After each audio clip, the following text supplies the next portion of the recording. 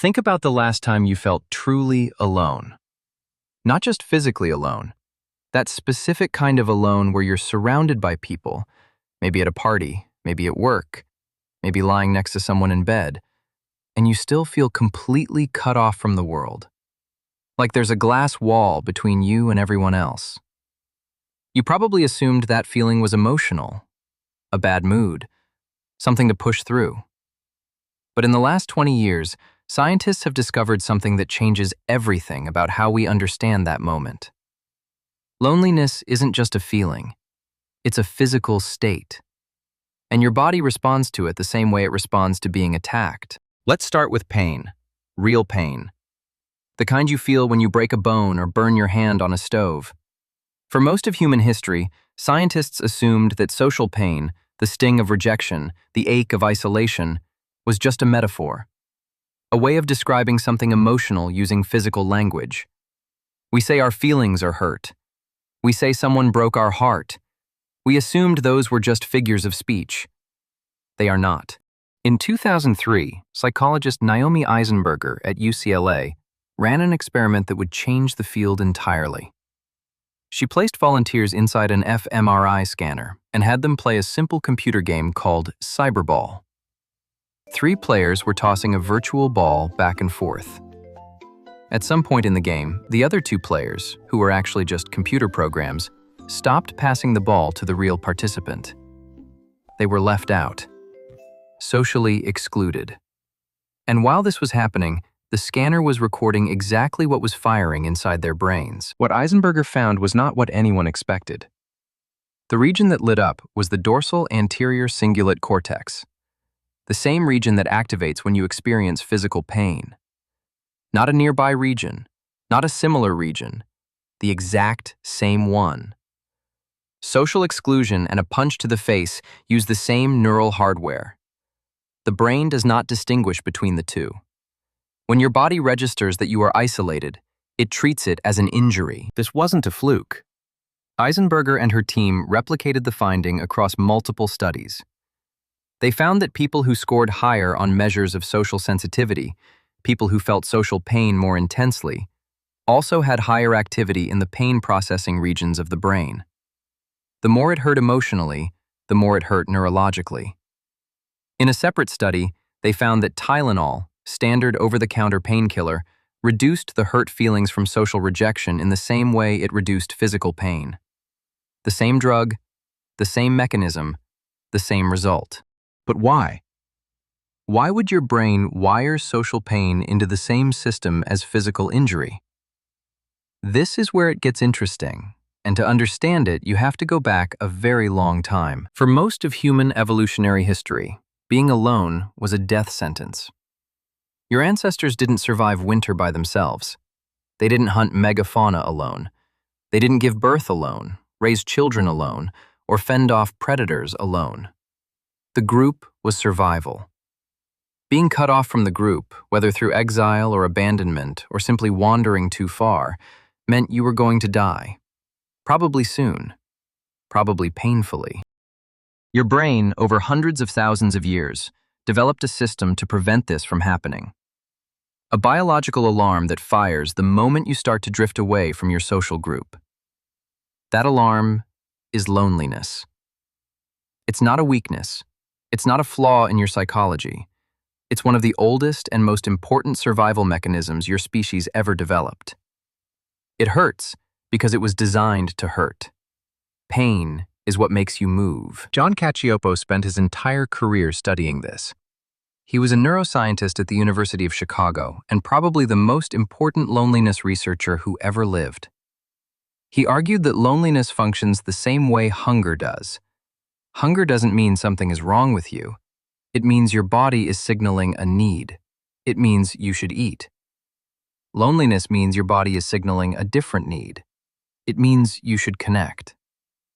The problem is that when modern humans ignore that signal, the consequences don't stop at feeling bad. In 2010, Julianne Holt-Lunstad, a psychologist at Brigham Young University, published a meta-analysis that stunned the medical world. She analyzed data from 148 studies covering more than 300,000 people across multiple countries, and found that people with strong social relationships had a 50% higher chance of survival over a given period than people who were socially isolated. 50%. That number is larger than the survival benefit of quitting smoking. It is larger than the benefit of regular exercise. It is larger than the benefit of avoiding obesity. Loneliness is more dangerous to your health than being sedentary, more dangerous than being overweight. The scientific community had spent decades telling people to exercise more and eat better. Almost nobody was talking about connection. But what does loneliness actually do to your body? The answer is more specific and more alarming than most people realize. When your brain detects social isolation, it triggers your stress response. Cortisol floods your system. Your immune system shifts into a state that Cacioppo called heightened vigilance.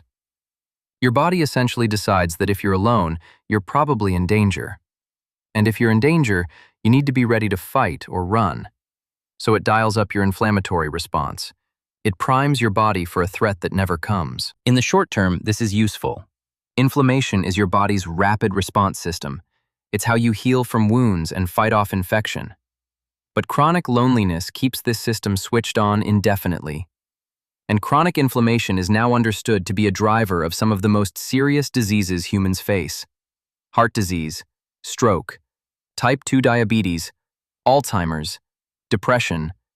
Your body, trying to protect you from a social threat, slowly damages itself from the inside. Cacioppo and his colleagues found that lonely people had higher levels of the stress hormone epinephrine in their urine first thing in the morning, before they had done anything at all. Their bodies were waking up already in a state of threat response. They were burning through their stress reserves before the day even started. Then there's sleep. Lonely people sleep worse. Not just a little worse, significantly worse. They have more fragmented sleep cycles, less restorative deep sleep, and they wake more frequently during the night. Cacioppo and his team found that loneliness predicted next-day fatigue better than almost any other variable they measured. And this makes an ancient kind of sense. If you're alone and vulnerable, sleeping deeply is dangerous. Your brain keeps you in a lighter, more alert state, ready to respond to a threat. The problem is that in the modern world, this leaves you exhausted, cognitively impaired, and even more emotionally fragile. More likely to misread social signals, more likely to interpret neutral faces as hostile, more likely to withdraw.